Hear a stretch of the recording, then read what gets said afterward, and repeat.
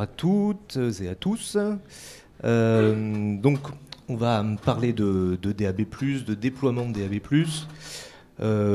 Avant d'introduire un petit peu les sujets, je fais un petit rappel de ce qu'est Créacast, parce qu'on est toujours un petit peu comme ça. J'ai expliqué tout à l'heure à pas mal d'entre vous, mais peut-être pas à tout le monde, on est spécialiste du flux, qui soit en fait du flux entre le studio et l'émetteur, ou de l'émetteur vers...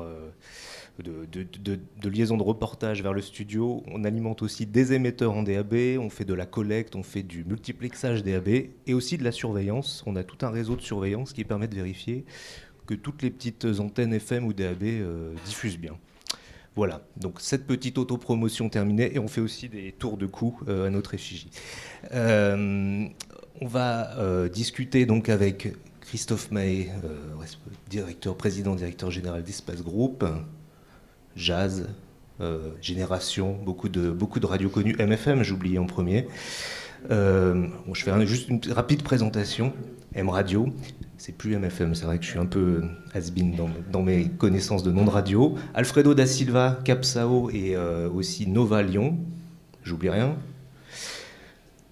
Philippe Vives, Sud Radio, la radio d'information de catégorie E, généraliste, du sud de la France, hein, mais pas que. Nicolas Curien, qu'on ne présente plus et qui vient de nous expliquer tout le déploiement du DAB, conseiller du CSA, en charge du dossier radio, et puis Johan Burgan, DSI, responsable entre autres de l'informatique, mais de pas mal de choses du réseau RCF. Voilà. Donc j'ai en fait voulu faire un petit menu assez simple. En fait, je voudrais qu'on parle un petit peu du déploiement. Mais bon, Nicolas en a déjà parlé dans toute largeur finalement possible et imaginable. Peut-être juste un petit point, j'aurais aimé savoir un peu ce qui se passait d'un point de vue européen sur le DAB. On l'a évoqué rapidement sur la Suisse à l'instant. L'Angleterre, on sait qu'ils y sont depuis très longtemps en DAB, peut-être qu'ils basculent un petit peu en DAB+, quid des autres pays voisins, on va dire. On ne parle pas de l'outre-mer, on va rester sur la métropole. Non, on va rester sur l'Europe.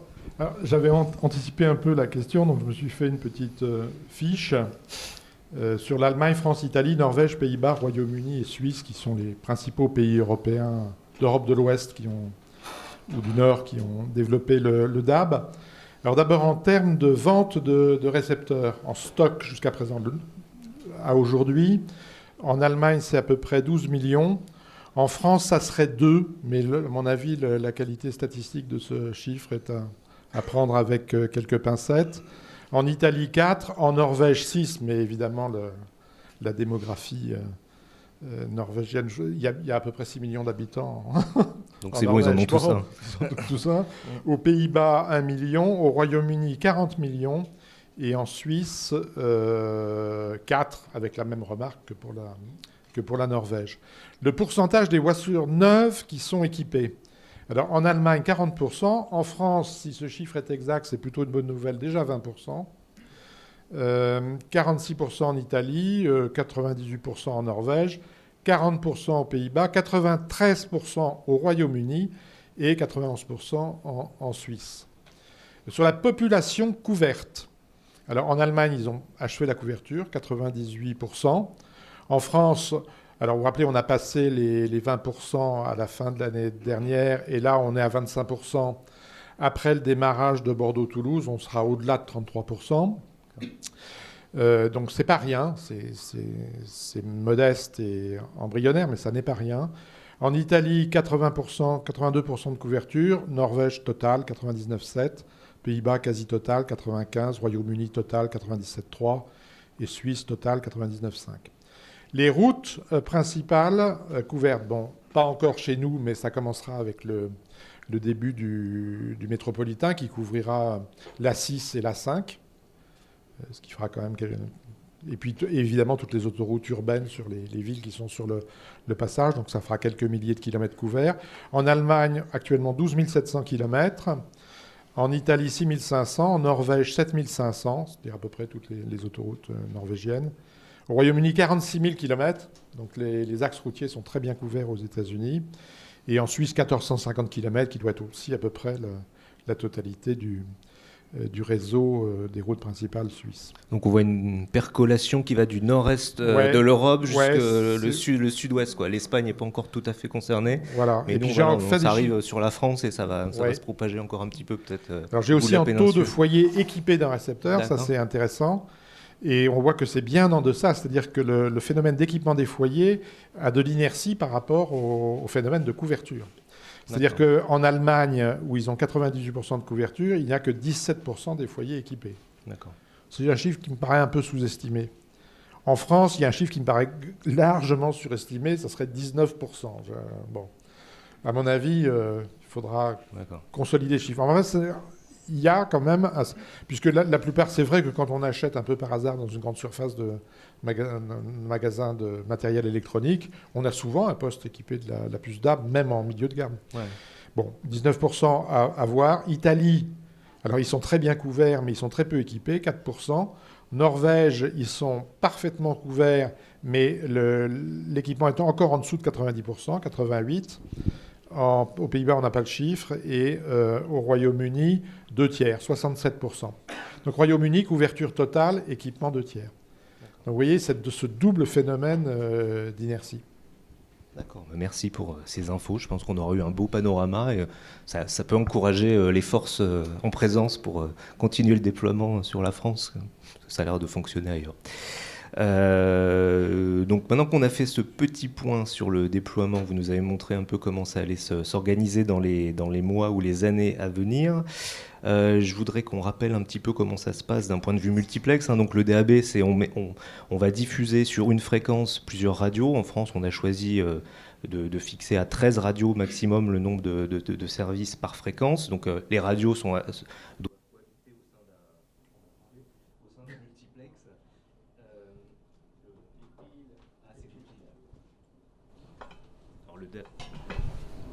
le DAB ne marche pas à pile, heureusement.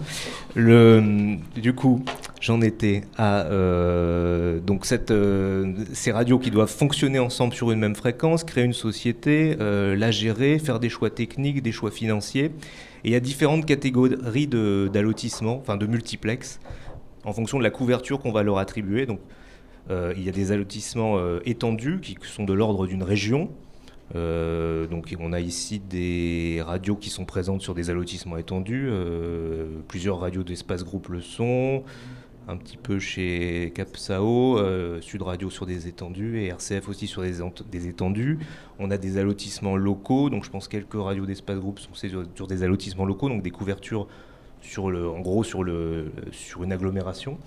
Capsao aussi, et puis on a les allotissements métropolitains où là il y a M Radio qui est sur l'allotissement métropolitain qui va se déployer d'ici la fin de l'année, on va dire, fin de l'année prochaine, sur les axes autoroutiers. Donc ça c'est une nouveauté par rapport à la FM, c'est-à-dire que chacun a son autorisation, mais on doit créer quand même une structure qui fédère un petit peu tout ça, qui organise ce fonctionnement, et je voulais savoir un petit peu, avoir votre retour d'expérience par rapport à comment ça s'est passé pour cette mise en place, comment ça s'articule. Est-ce que vous avez créé une structure qui suit les différents appels? Est-ce qu'à chaque structure, il faut se reposer des questions? Est-ce que quelqu'un veut apporter un petit témoignage sur cette organisation? Est-ce que c'est compliqué à gérer? Est-ce que ça demande beaucoup de travail? Parce qu'il y a peut-être des gens dans la salle qui se posent des questions qui ne sont pas encore entrés dans le DAB et qui se disent je vais pas m'en sortir, c'est un travail de fou. Coordonner, travailler ensemble avec des radios qui sont peut-être concurrentes au sein d'une structure, ça pose peut-être aussi des problèmes, quoi. Je sais pas si vous avez des éléments. Alors, moi j'en ai fait quelques-unes de réunions d'éditeurs. C'est pas une difficulté. Le fait qu'on soit issu d'univers différents, qu'on soit de catégories différentes et qu'on ait parfois des objectifs diamétralement opposés en termes de couverture, ne pose pas de difficulté au démarrage. La véritable difficulté arrive au moment du choix des options de diffusion. Quand on commence à parler d'argent ou de zone de couverture, il faut. On est dans un système qui est fatalement démocratique. Il est totalitaire au départ, puisque l'opérateur de multiplex doit être désigné à l'unanimité par l'ensemble des éditeurs, mais il devient rapidement démocratique et la raison l'emporte. Alors, au départ, nous, on est dans le DAB+, si j'ose dire, depuis presque l'origine. Au départ, on a tous été un petit peu timides. On a choisi des options à minima en diffusion, en se rendant rapidement compte que ce n'était pas le meilleur moyen de développer le DAB et qu'il fallait un peu plus d'ambition et proposer quelque chose d'au moins équivalent en termes de qualité et de facilité de réception à la FM. Mais dans le processus de vie d'un multiplex, c'est aujourd'hui assez simple. Alors avec la multiplication, pour ceux qui sont présents sur un certain nombre d'étendues, ça peut rendre les choses un peu plus compliquées, mais au niveau local, par exemple, je ne vois pas vraiment de difficultés majeures. C'est un changement de mode de fonctionnement, c'est tout. Il faut l'intégrer. On n'est plus seul, on est en copropriété, et il faut savoir vivre en copropriété. D'accord. Des bonnes règles de voisinage, quoi, qui s'appliquent. D'autres interventions sur le multiplex Du coup... Donc Alfredo, Capsao. Pour Capsao, donc, nous sommes sur différents types de multiplex, donc comme tu le disais, étendus et à la fois locaux. On a fait beaucoup d'allotissements locaux et beaucoup de villes, puisque nous sommes sur une quinzaine de villes aujourd'hui déjà diffusées. Et là, donc, du coup, il y a différents schémas, et c'est assez intéressant, parce qu'on discute avec des confrères, et c'est très riche. Souvent, il y a une très bonne entente. Et donc du coup, moi j'ai la chance d'être à la fois parfois avec des radios associatives, d'autres fois avec des radios indépendantes, enfin c'est en fonction des villes. Et donc il se trouve, donc on a différents schémas. Le premier schéma, c'est de dire on veut être propriétaire de notre fréquence, entre guillemets, même si c'est pas une propriété vraiment à nous, mais voilà, on veut la gérer, donc on crée une société de multiplex à 13 radios. Et après, on fait la démarche d'appel d'offres auprès des différents diffuseurs et ça nous laisse totale liberté pour choisir le diffuseur qui convient le mieux en fonction des moyens des radios et du schéma de développement qu'on envisage. La deuxième solution, qui est de plus en plus utilisée, je le remarque avec l'accélération des appels à fréquence et les zones ouvertes, c'est de constituer une structure ou de faire appel à une structure déjà constituée et de la réutiliser, entre guillemets, une société de multiplex qui va donc servir à 2, 3, 4, 5 multiplex. On en a une notamment qui est Région Mux, qui est gérée par Gilles en tant que président qui est là. Et donc voilà, ça marche plutôt bien. En tout cas dans les multiplex où nous sommes. Et ensuite, on a le côté... il y a aussi, parmi les acteurs, il y a des diffuseurs, donc Towercast et TDF, pour ne pas les citer, qui proposent donc des structures dédiées pour le côté multiplexage, qui sont neutres, on va dire, théoriquement sur l'appel d'offres derrière. Et donc, du coup, Airmux et CMux sont ces deux sociétés qui proposent également leurs services de multiplexage pour les radios qui ne veulent pas créer de sociétés ou ne veulent pas adhérer à une société déjà existante par d'autres éditeurs. D'accord. Alors, j'avoue, moi, ma vision des choses, c'est que plus on est maître chez soi et plus on peut faire des appels d'offres larges et non voilà, sans créer de difficultés par rapport à ça. Donc je suis plutôt partisan de constituer une structure ou de faire appel à une structure créée par des éditeurs et qui est sur plusieurs multiplex. Ouais, privilégier l'indépendance pour choisir de manière neutre le diffuseur. Christophe, tu veux...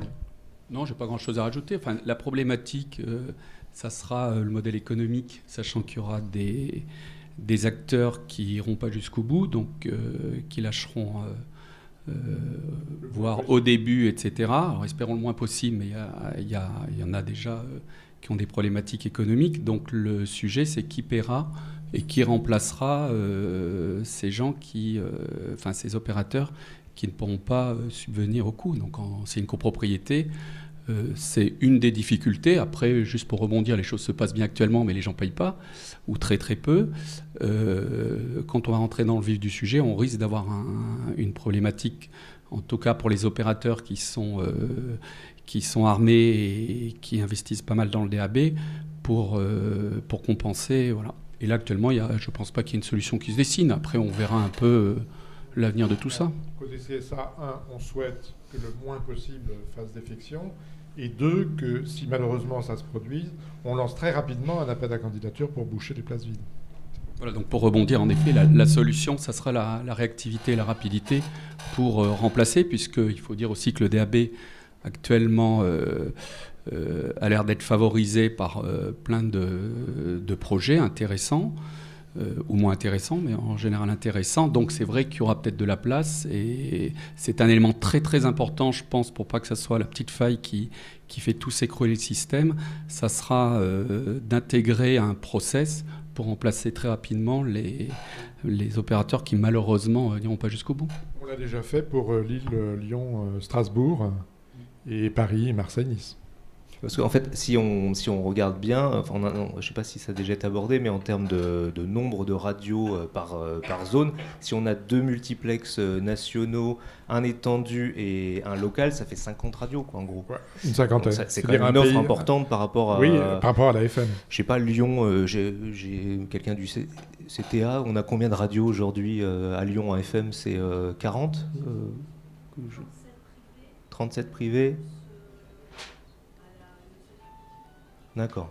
Donc 37 plus 7, ouais, il n'y a pas tout le service public. On a hâte. C'est pas à Lyon que le facteur multiplicatif sera le plus grand. Mais il y a des zones. Sur les axes ou sur les zones où on est qu'à 10-15 radios, il y a à peine important. une dizaine de radios, Okay. Et ça pourra monter à 50. Donc après, comme disait Christophe, il faudra peut-être que le marché se structure un peu et il y aura peut-être des gens qui n'iront pas jusqu'au bout du chemin. Mais bon, c'est comme dans tout processus. Johan, tu avais quelque chose à ajouter? Je voulais juste rajouter qu'on est dans la phase 1, donc la mise en place de l'ossature. C'est un processus aussi qui est en train de s'industrialiser. On est en découverte et aujourd'hui on commence à se structurer autour de ces créations d'opérateurs de multiplex, industrialiser des process, c'est aussi des hommes, et je rejoins aussi ce qui a été dit, c'est les rencontres qu'on peut faire. RCF est une radio associative, ça permet de créer du lien aussi avec d'autres radios. D'accord. Ok. Donc après, pour aller plus loin du multiplex, donc on a déjà des radios qui sont déployées, qui émettent en DAB depuis plusieurs années. Hein. Christophe le disait, ça fait quelques années qui payent un peu de diffusion, si j'ai bien compris. Non, enfin pas en DAB. En DAB, je crois. Radio Espace. Ah oui, tu as commencé il y a longtemps, d'accord. Sur les appels à candidature, on va dire actuels, donc ça fait quand même un petit bout de temps. Nous, avec Raka, c'est vrai qu'on surveille un petit peu ce qui se passe sur les diffusions DAB. Alors des fois, on a vu que chacun avait réussi à mettre en place des solutions. Il y a des solutions d'autodiffusion qui sont mises en place. Il y a chacun arrive maintenant à mettre en place un système avec du logiciel libre pour faire le multiplexeur, à mettre en place des émetteurs lui-même. Enfin, tout le monde commence à acquérir le savoir-faire, on va dire. Les diffuseurs sont également prêts. Nous, ce qu'on constate dans notre réseau de surveillance, c'est qu'on a quand même, par endroits, pas mal de coupures, peut-être pas mal... on a l'impression qu'il n'y a peut-être pas une attention très très importante au sein des radios sur la qualité. C'est-à-dire qu'il y a les radios qui vont en fait payer une diffusion, ils se lancent dans la diffusion, mais comme il n'y a pas encore beaucoup d'auditeurs en face, il n'y a pas une réelle réactivité sur des résolutions de panne ou des améliorations sur le son et tout ça. Et je me posais la question sur, voilà, est-ce que le CSA travaille là-dessus? Est-ce qu'il y a... On sait qu'en FM, il y a les techniciens, les ATA qui vont sur le terrain, qui vérifient si le RDS est bien là, si l'excursion est bonne, ou je ne sais quoi. Est-ce que sur le DAB, il y a des paramètres comme ça qui sont vérifiés, qui sont écoutés? Comment ça se passe sera le cas à l'avenir. C'est en cours de déploiement aussi, on est encore un peu en phase de montée en charge. On a tellement de choses à faire en même temps en ce moment qu'on a d'abord fait la planification, ensuite lancer les déploiements sur le terrain, et la phase d'après, ça sera effectivement, comme pour la FM, les ATA iront voir si les émissions sont convenables, les puissances sont respectées, mais on n'en est pas encore à cette phase ex post pour le DAB+. D'accord.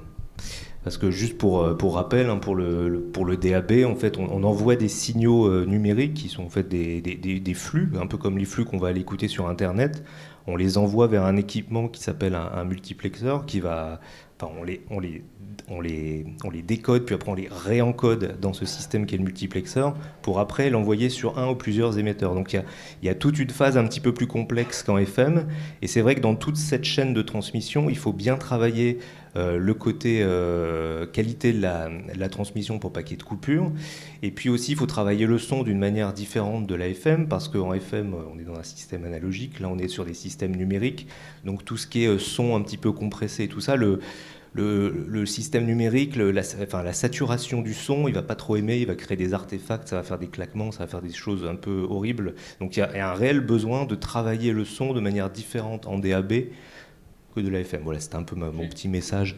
Vas-y Christophe. Je pense que c'est un élément très très important, car le fait que l'auditeur qui se connecte au DAB, il doit avoir une qualité déjà meilleure que la FM, c'est le minimum, et voire profiter de l'optimisation que permet le DAB. On peut actuellement, en effet, nous souffrir de solutions du pauvre qui fait qu'on ne met pas tous les moyens et qui, prenons l'exemple de Lille il y a quelques temps, puisque j'ai alerté les services, qui fait qu'à un moment, les gens qui ont le DAB en indoor ne captent pas ou difficilement. À Lyon aussi, il y a eu le sujet il y a quelques mois, etc. Donc je crois que les choses sont faites. Enfin, on essaye d'évoluer, mais je crois que c'est un élément très très important. On en est conscient. On l'a pas été tout au début. Il y a quelques mois, mais je crois que c'est quelque chose, il faut qu'on mette les moyens, on les met, mais c'est en effet super important. Il faut que l'auditeur qui se capte le premier par auditeur, une faut qu'il ait une bonne circonstance, parce qu'il expérience. l'a dans sa voiture, il faut qu'il ait une bonne expérience, sinon on le perdra à tout jamais, et ça peut être le début d'une catastrophe. Et je crois qu'on y prend tous conscience en ce moment. Et à Lille, d'ailleurs, on a apporté une remédiation en augmentant la puissance sur l'étendue. D'accord. Vas-y, L'autre enjeu aussi qui arrive avec le DAB+, c'est les métadatas.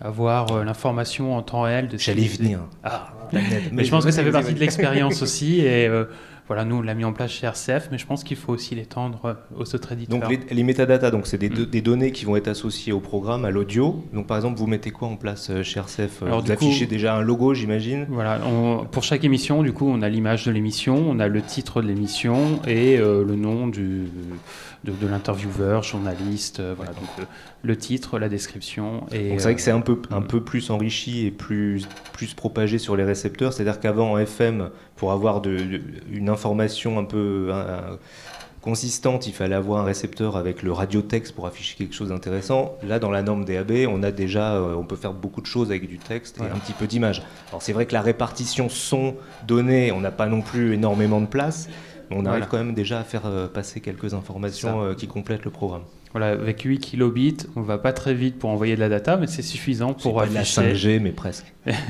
c'est suffisant pour envoyer de l'information qui amène une nouvelle expérience pour l'auditeur. Ok. Nicolas. Oui, je suis allé visiter la Radio Play Loud à Lille il y a quelques mois. Et eux, par exemple, utilisent le canal de données associé pour faire une image animée lente. Par exemple, un débat avec un invité, ça passe quand il y a relativement peu de mouvement. Bon. Donc il faut privilégier des intervenants qui sont plutôt lents à l'antenne, quoi. Non, mais enfin, je plaisante. Pas lent en débit de parole, mais il ne s'agit pas dans tous les sens, oui.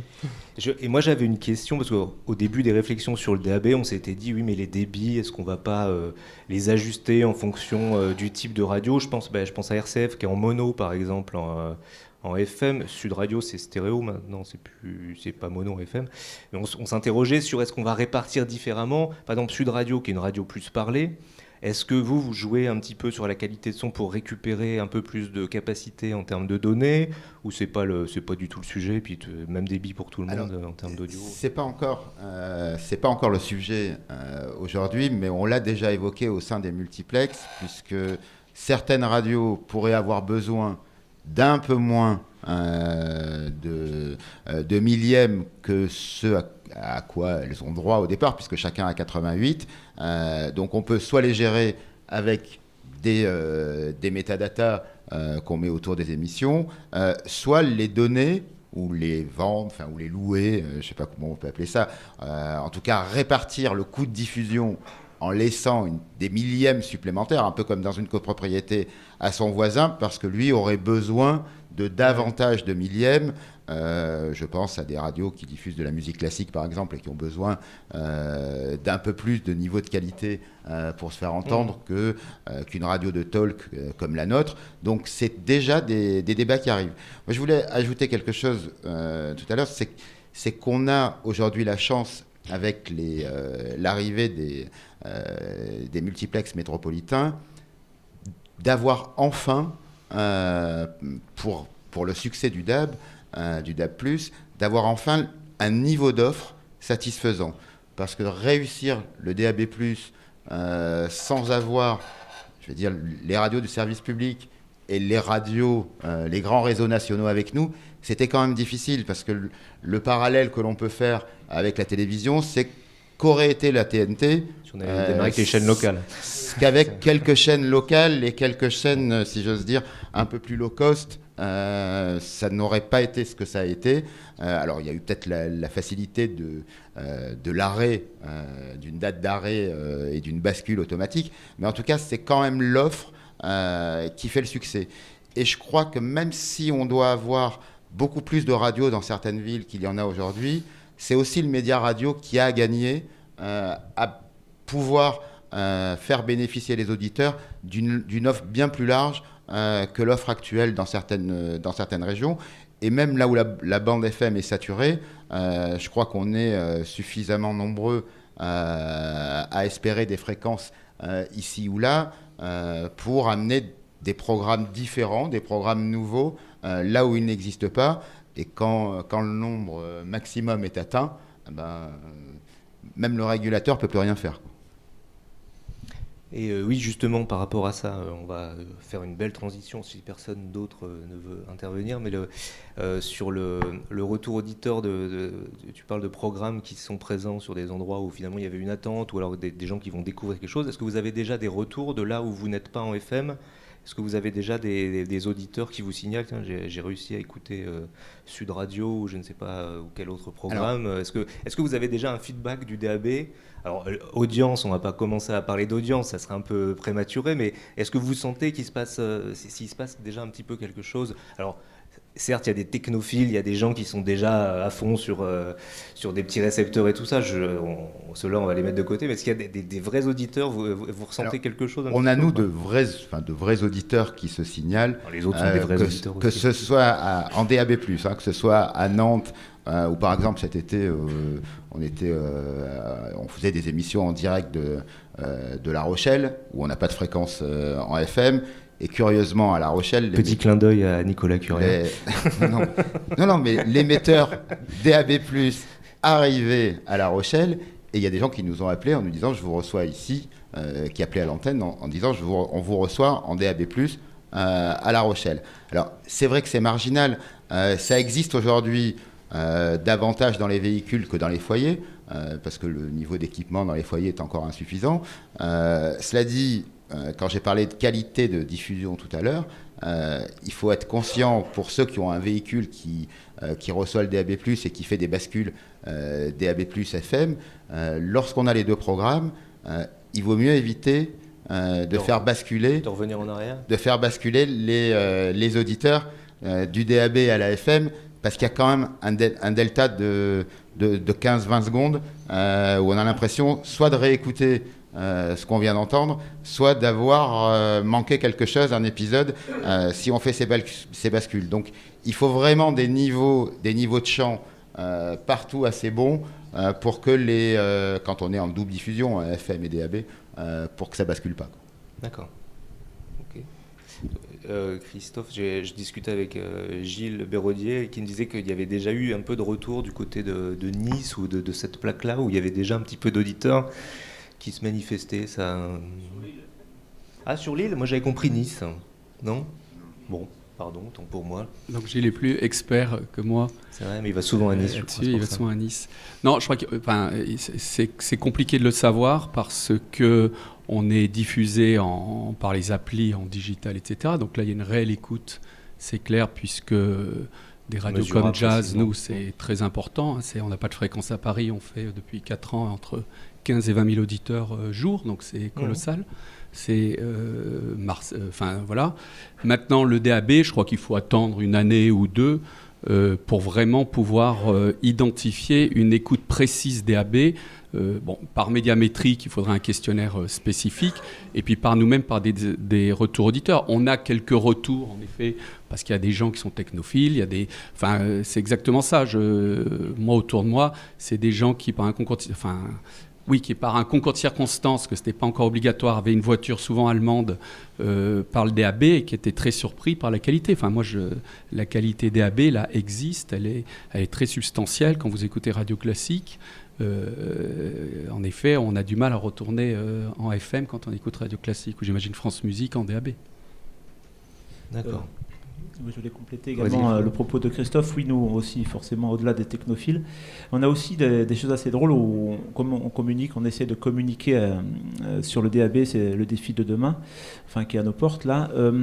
Quand on communique sur nos réseaux sociaux, on a en effet des auditeurs qui nous disent tiens, quand est-ce que vous êtes à Marseille, quand est-ce que vous êtes à Toulouse, et du coup c'est assez drôle. Voilà, on leur dit attendez, ça va arriver, etc. Et on a ce genre de retour. Par contre, des retours d'auditeurs directs, c'est plus complexe. Je voulais quand même ajouter une chose au propos de tout à l'heure. Les grands réseaux viennent en effet rejoignent la radio donc numérique, DAB. Par contre, je trouve assez intéressant déjà, avant que les grands réseaux n'arrivent, la diversité de l'offre. On a beaucoup de zones où des radios n'étaient pas présentes et arrivent, des radios existantes ailleurs, ou des nouveaux projets. Et pour cela, d'ailleurs, je salue le CSA d'avoir garder et conserver des allotissements et des canaux pour des nouveaux projets. C'est ce qui nous permet aussi aujourd'hui de nous étendre comme nous le faisons. Et donc du coup, cette diversité-là est aussi en effet l'enjeu, vous en parlez de diversité, mais au-delà des grands groupes, il y a aussi une diversité de radios qui on découvre des crooners, on découvre forcément des Capsao ou autres, et les gens sont assez surpris. On connaît Énergie par la FM, etc. Bien sûr, il faut que l'énergie soit là, bien sûr que le service public doit être présent, mais c'est aussi ces petits acteurs indépendants qui apportent aussi un nouveau paysage radiophonique, et qui peut faire également la différence par rapport à ce qu'on connaît aujourd'hui. Ouais. Ce que vient de dire Alfredo est essentiel parce que cette croissance et cette extension géographique de radio jusqu'ici multivilles n'aurait pas été possible en FM. On atteint aujourd'hui un plafond de la ressource FM. Donc je pense, on y reviendra, in fine, la FM va vivre un certain temps encore en France, cohabiter avec le DAB+, mais en revanche, la croissance en FM n'est plus possible. Donc l'arrivée de nouvelles radios déjà présentes dans une nouvelle zone, ne peut se faire qu'en DAB+. La diversité, je la vois aussi parce que RCF est un réseau de radio associative, et nous avons du coup l'opportunité aussi d'être sur la cordée et de pouvoir diffuser en DAB+ étendu sur certaines zones, et je pense particulièrement à Strasbourg et Nice qui sont très bien diffusés, il paraît. Très bien diffusés, mais qui sont directement en DAB+. Donc on passe d'une web radio à une radio pour l'Alsace. Et nous, on a des retours d'auditeurs parce qu'en fait, on fait des plans de communication pour nous accompagner sous forme de dons pour la diffusion DAB+, préparer l'avenir. Et du coup, on communique beaucoup sur le DAB+, auprès de nos auditeurs, et on a déjà des retours, soit des retours où il y a des zones où on diffuse, d'auditeurs qui nous disent je vous entends pas très bien dans la maison, ou des zones qui nous disent quand est-ce que ça arrive parce que nous, on est impatients. Donc c'est vraiment quelque chose d'important et d'intéressant pour nous. J'ai entendu que certaines radios distribuaient des postes aussi.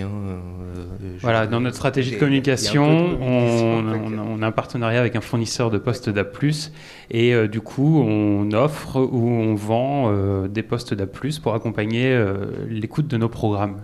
Et je me posais la question, est-ce que aujourd'hui à l'antenne, certaines radios l'ont dit, mais est-ce que sur les pages web des radios, est-ce qu'on a déjà les fréquences, les zones où il y a du DAB, est-ce que vous communiquez déjà là-dessus Évidemment. Ouais. Évidemment, sur notre site web ou sur notre application mobile, on a l'écoute de Capsao sur les villes, en effet, où nous ne sommes pas en FM. Voilà. Okay. Et ça fonctionne forcément dans ce sens-là. Je rappelle ce que j'ai dit tout à l'heure, le CSA va par ailleurs publier sur son site une carte interactive, oui, comme ça on pourra aller voir, qui permettra au grand public de voir quelle est l'offre disponible dans sa zone, ce qui est disponible et ce qui est à venir. Ça c'est important. Toujours à propos du CSA, on a parlé des récepteurs tout à l'heure. Je crois qu'il y avait un observatoire des récepteurs pour la TNT. Est-ce que c'est quelque chose qui pourrait se mettre en place ou pour les récepteurs DAB ? C'est déjà en place à l'état embryonnaire, c'est-à-dire la même enquête qui nous donne des données sur l'équipement TV, nous en donne des traits partiels sur la radio. D'accord. Comme je vous l'ai dit, les chiffres qui sortent actuellement de cette étude médiamétrie me paraissent assez optimistes par rapport à la réalité, mais ils vont s'affiner et à partir de maintenant, ça sera systématique. D'accord. Bon. Par exemple, le chiffre de 19% de foyers équipés me paraît optimiste parce que la question posée n'est probablement pas assez fine. Oui. Les gens peuvent confondre radio numérique terrestre avec radio numérique sur le smartphone. Oui, ou alors l'enceinte connectée disent, oui, je reçois la radio à numérique. La maison. Bon. Donc ces chiffres pour le moment ne sont pas fiables. Il faudra affiner le questionnaire pour avoir des mesures, mais on y travaille. Si on a un suivi là-dessus, je pense que c'est assez important pour les radios notamment. En vous écoutant parler là de réception en indoor, de réception en voiture, c'est marrant parce que je vois toujours un peu une espèce de contradiction quand j'entends parler des radios à propos du DAB, parce qu'on parle souvent de réception à l'intérieur des bâtiments, on dit mais c'est pas très bien, on ne reçoit pas suffisamment bien à la maison, et puis en fait après on parle plutôt de la voiture. Dès qu'on a commencé un peu de parler des récepteurs dans les véhicules lors d'une réunion au CSA mardi, on voit que c'est quelque chose qui est très important parce qu'on l'a vu avec Médiamétrie, l'audience se fait dans les voitures. Et je voulais savoir un peu, pour vous, c'est quoi le DAB, l'objectif? Parce que est-ce que c'est les deux objectifs, l'indoor, bien couvrir dans les habitations et couvrir les autoroutes, ou enfin couvrir les axes routiers pour couvrir les auditeurs? Est-ce que c'est complémentaire de peut-être d'autres solutions comme l'écoute sur des enceintes connectées ou des choses qu'on peut avoir à la maison, parce qu'on a à peu près tous un peu Internet à la maison, ce qui peut venir compléter? C'est quoi votre vision en fait de la couverture du DAB? Enfin, le DAB, c'est la substitution, ça vient remplacer quelque chose, ça vient en complémentarité? Est-ce que il y a déjà une réflexion là-dessus, une idée, ou est-ce que c'est en cours de processus, quoi? Je sais pas, Christophe, toi tu... Non, enfin, indoor, dans la voiture, tout ça... je crois que le sujet, enfin l'expérience client fait que maintenant les gens sont habitués à avoir des signaux qui les suivent de partout, etc. Donc on ne peut même pas faire un sujet sur le fait est-ce que c'est mieux indoor, c'est mieux dans la voiture, etc. Le DAB, pour qu'il fonctionne, on en revient à la qualité de diffusion. Il faut que très très rapidement ça soit perceptible pour l'auditeur comme un média qui les suit de partout, etc. Deuxième chose, pour répondre à ta question, il est clair que, au pire, on peut prendre ça comme un média de complément, ce qui veut dire qu'il y a une technologie qui se développe, on ne peut pas passer à côté. Maintenant, je reprends toujours, on ne peut pas passer à côté, mais elle coûte très, très, très cher, donc il ne faut pas que ça entraîne pour nos entreprises une vraie difficulté de passer les prochaines années. Mais c'est un média de complément, comme l'enceinte connectée, etc. On est obligé d'être partout. Et en plus, on est dans une époque où c'est très compliqué, parce qu'avant la diffusion, c'était une autorisation, et puis TDF, Towercast, c'était réglé. Maintenant, on est obligé de négocier, ça demande des ressources humaines pour être sur les enceintes connectées, pour être bien évidemment sur le DAB par des autorisations du CSA. Les applis, c'est plus facile, mais on voit ce qui se passe actuellement avec les grands opérateurs. Faut-il que SFR, Orange et tous les grands opérateurs veuillent bien nous diffuser, que les boutiques veuillent bien installer nos applis, etc. Parce qu'on a toujours une petite épée de Damoclès, que la politique de nos opérateurs évolue, et qu'à un moment, on doit passer chaque fois. Donc ça, c'est un élément super important. Donc ça, bien sûr, ça rend l'avenir toujours difficile.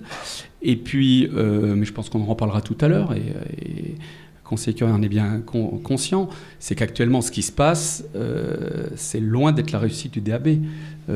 Grâce au CSA actuellement, parce qu'il faut le rappeler quand même, le DAB, ça a été un énorme échec des pouvoirs politiques et du CSA il y a 7-8 ans, ce qui nous aurait permis quand même d'être en phase et de ne pas se laisser dépasser par d'autres modes de consommation.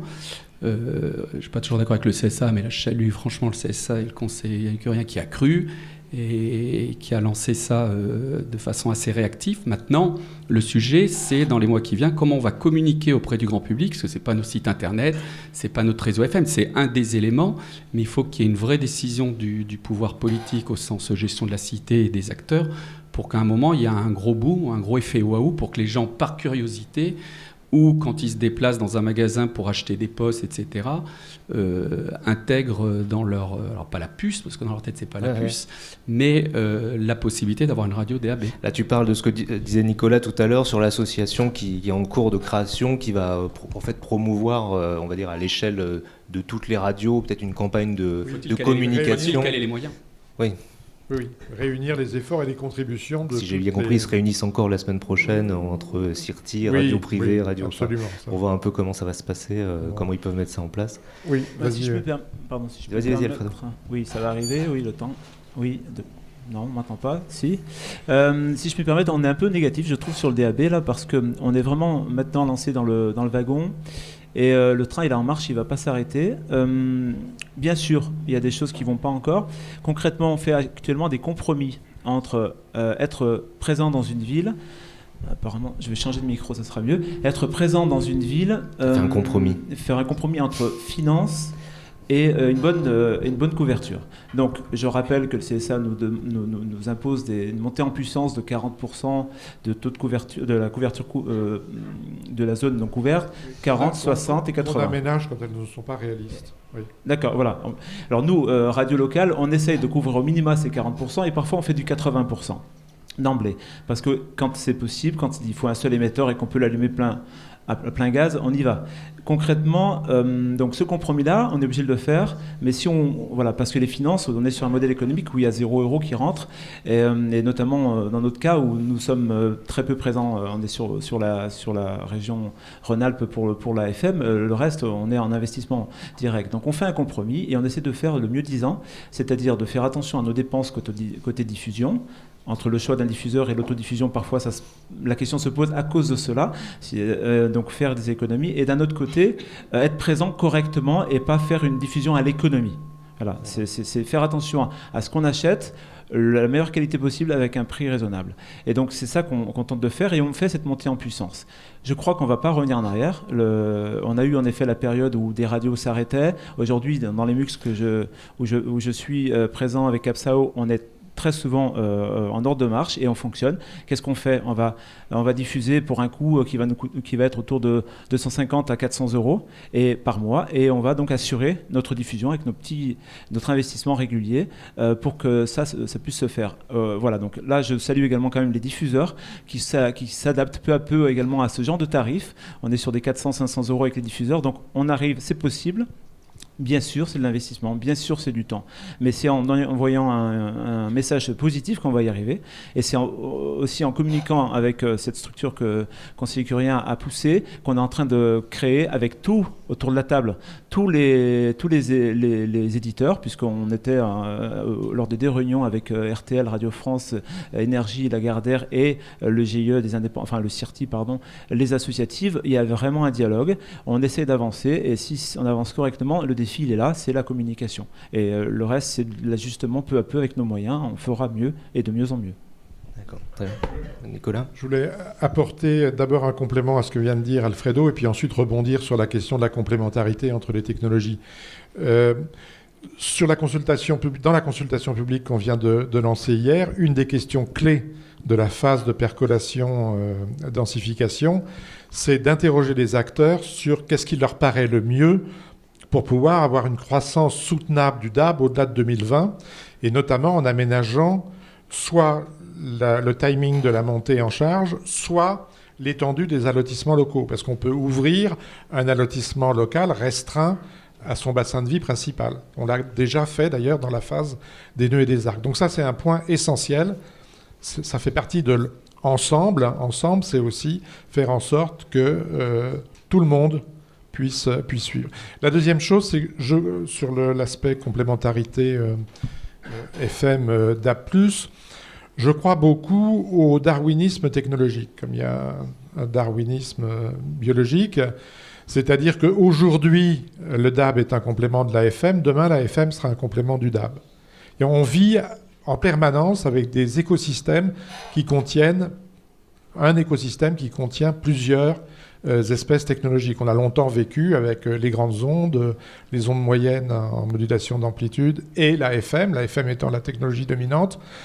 Aujourd'hui, la FM a atteint un plateau. Elle sera nécessairement une technologie déclinante parce qu'elle n'est pas numérique, qu'on va vers un monde tout numérique. La 5G va monter, d'abord le DAB+, et ensuite la 5G vont monter en puissance. Le DAB+, n'est pas contradictoire avec la FM, transitoirement, et il n'est pas non plus exclusif de l'apparition de la 5G. On va vers un monde numérique du multicanal. C'est-à-dire que tous les moyens le moyen de réception le plus adapté, en fonction de la situation, fixe ou mobile, en fonction de l'endroit du territoire, sera le moyen qui sera retenu pour permettre à l'auditeur d'avoir accès au monde audio numérique, qui va d'ailleurs dépasser le monde de la radio classique aujourd'hui, dans lequel les radios ont une carte importante à jouer pour tirer des atouts stratégiques dans ce monde de l'audio numérique qui comprend les web radios, le streaming, les enceintes connectées, etc. Donc il faut raisonner au fond, l'écosystème s'élargit considérablement. Donc il faut ensemble suivre le chemin de l'évolution de la radio. Oui, c'est ça. Et pas raisonner en termes d'exclusivité. On n'est pas dans un monde où une technologie chasse complètement la précédente. Très bien. Je vais juste rajouter quelque chose, c'est qu'en l'espace de 2 ans, je pense que beaucoup de choses ont changé, notamment dans le commerce des récepteurs, que ce soit chez les concessionnaires ou chez les vendeurs de postes radio. Aujourd'hui, le DAB, à peu près tout le monde sait ce que c'est. Alors qu'il y a 2 ans, on était vraiment loin de ça, puisque... c'est un peu optimiste. Oui, non, mais à la FNAC, ils savent aujourd'hui ce qu'est un poste. Les vendeurs savent ce que c'est. Mais ils n'ont toujours pas de voiture. Il y a 2-3 ans, les vendeurs ne savaient pas toujours ce que c'était. Donc, on a quand même un petit peu avancé. Malheureusement, c'est vrai que quand on voit aujourd'hui ce que coûte en option un récepteur DAB dans un véhicule, c'est quand même un vrai frein et ça donne pas envie. Et là, c'est vraiment dommage. Pour animer le débat, chez Boulanger, ils ne savent pas ce que c'est, encore il y a quelques semaines. Mais donc, non, je crois qu'il y a un vrai boulot pour que le public commence à comprendre ce qu'est le DAB. Juste une chose aussi pour participer, il ne faut pas oublier que toutes ces technologies coûtent de l'argent, qu'actuellement la radio fonctionne ou par le marché publicitaire ou par les impôts, par 2 points, soit aussi pour les radios associatives indirectement, qui ont des subventions. Donc après, faut-il que le modèle économique existe et que ce coût supplémentaire qui est très important pour le DAB, on parle de 300-400 euros, si à un moment vous avez 100, 200, 300, 400 fréquences avec les ressources humaines qui sont derrière, les salariés, etc., c'est des coûts qui sont très importants. Je suis positif, bien évidemment. Je pense qu'il fallait y aller et qu'on risque, nous on a commencé à faire des calculs, que même sans être dans des seuils obtenus en Grande-Bretagne, bien sûr en Suisse, etc., mais prenons Grande-Bretagne, je crois que vous m'avez dit c'est 60%. Moi je pense, nous dans nos calculs, à 20-25% d'audience DAB, nous commençons à avoir un modèle économique qui s'installe. Donc, mais n'oublions pas que tout ça coûte de l'argent et qu'il faudra tenir les 2-3 prochaines années et qu'il n'y ait pas à un moment un effet de ciseau qui est terrible. Et voilà. Oui. Ouais, le coût du simulcast FM DA+, c'est pas un passage, une multiplication par un facteur 2. Parce que le DA+, est une technologie relativement écologique en termes de coût de diffusion. D'accord. Puisque peut-être en consommation d'énergie, et donc écologique parce qu'elle dépense moins d'énergie.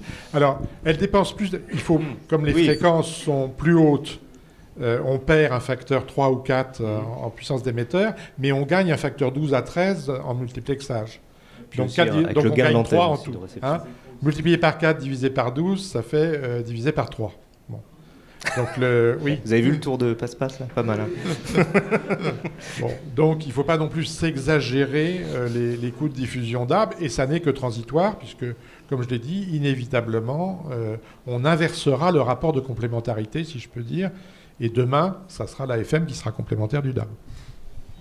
Sur ce point-là, ça supposera qu'en effet, à un moment donné, on fasse le choix, non pas d'arrêter la FM, mais de demander aux radios qui souhaitent arrêter la FM de véritablement l'arrêter pour qu'il y ait une bascule.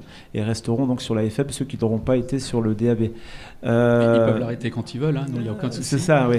Non, mais à condition... cette liberté. À condition, et j'allais terminer, à condition que le CSA n'octroie pas à Christophe Maé les fréquences qui resteront.